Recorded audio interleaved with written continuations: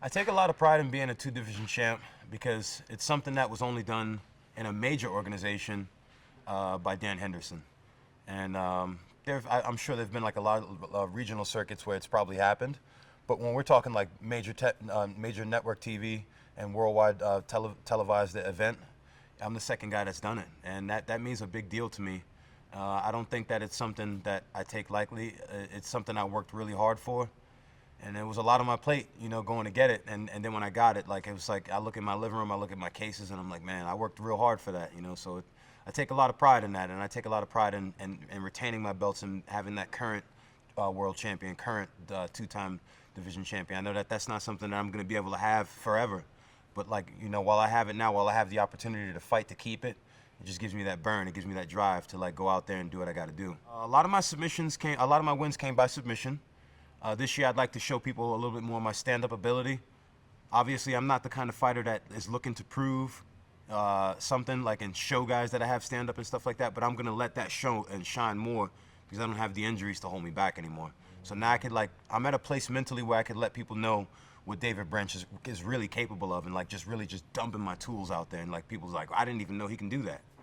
One of the keys that's allowed me to transform, because I was a finisher. My first 6 fights were all finishes, but then I got to a point where I was out there stinking it up a little bit, making it smell and getting those decisions, and fans don't really want to see that. They want to see a fast car out there. A lot of promotions aren't really looking for that. It takes up too much TV time and it stinks. Sometimes, depending on what kind of fight it was, the kind of fight that I was fighting was more of a grappling-based fight, so it's a little bit slow-paced, and it can put a lot of people to sleep.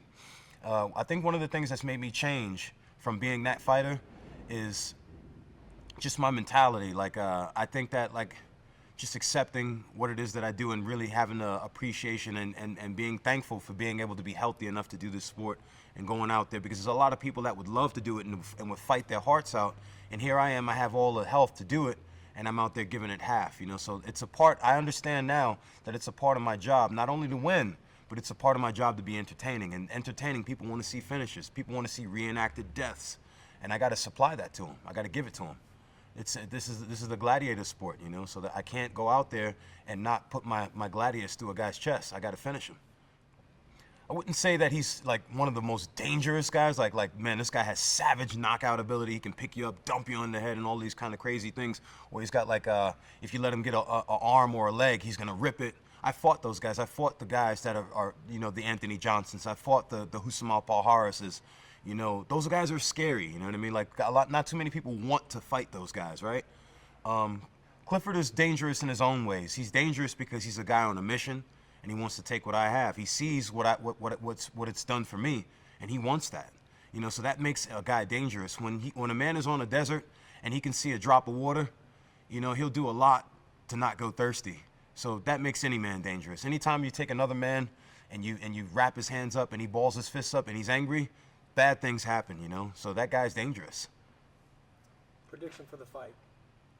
My prediction for this fight, I'm going to finish Clifford Starks either it's going to come from the strikes and I'm going to stun him, he's going to make a mistake, or I'm going to finish him by submissions. So it's going to be either two things. It's going to be a knockout or it's going to be a straight submission. Only knockout and a submission. That's his only way out. Once he enters the cage, that's the only way he'll leave.